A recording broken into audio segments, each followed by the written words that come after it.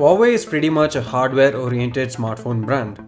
They have been at the forefront of innovation for a while now, and although there are several different implementations of dual cameras on smartphones now, it's safe to say that Huawei was the one that popularized and perfected the whole concept. Honor, being a sub-brand, is fortunate enough to be granted access to this high level of technology and innovation, and the latest View 10 from Honor seems to be packing a lot of camera goodness if the spec sheet is anything to go by. However, having an impressive spec sheet and actually performing well are two different things.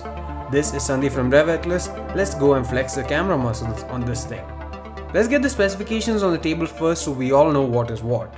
There are dual cameras at the back, and yes, they are still a combination of RGB and monochrome.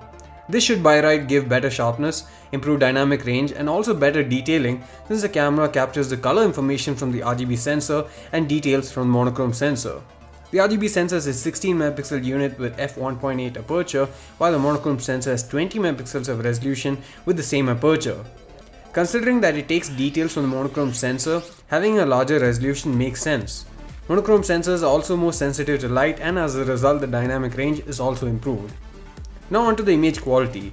The images captured on the View 10 are really impressive. I would say that it captures the most amount of detail of any smartphone in this segment. The dynamic range is also pretty impressive by default, and the colors are really accurate. The HDR mode does help improve the dynamic range a bit by bumping up the shadows. However, it is more natural in terms of processing compared to the likes of the Pixel and Galaxy phones. Low light performance too is really good, and there isn't much noise that creeps in at any time.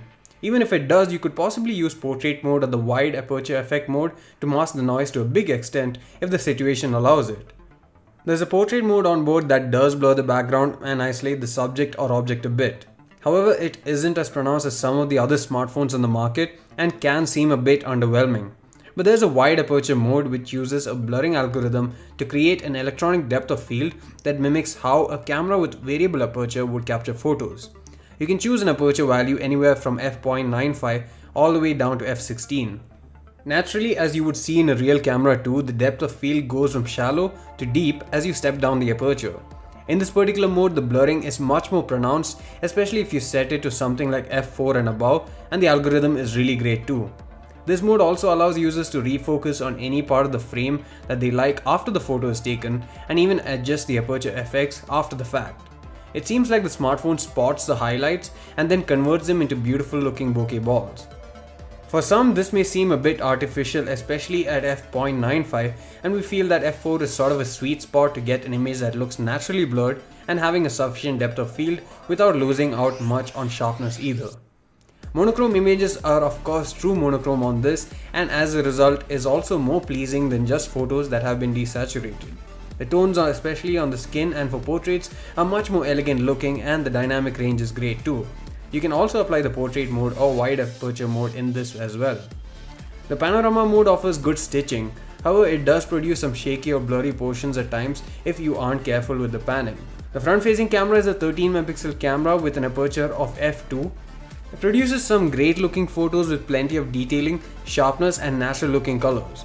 Users can then also go for the portrait mode, which again reveals options for beautify as well as bokeh. The bokeh works really well and you get a nice shallow depth of field.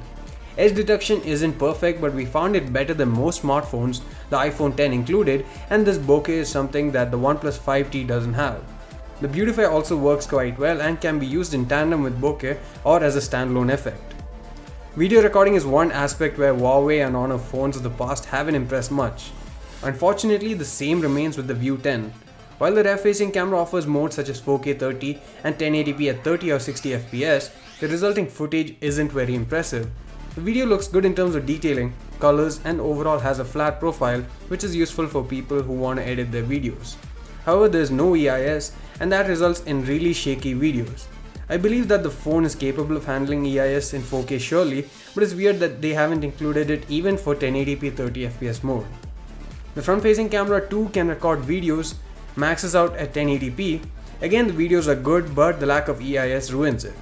For some reason, we were only able to record at 720p initially, but subsequently a 1080p mode has shown up following an update.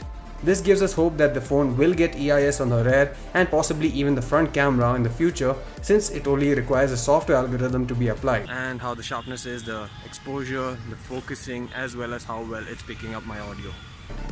It seems like the Honor View 10 may have the best camera in its segment.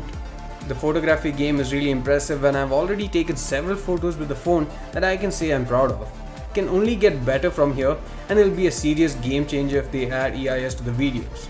Although the main issue right now is that we aren't sure what the segment is, but we feel it may be put head to head with the OnePlus 5T and the View 10 may be better than that, at least in terms of photography.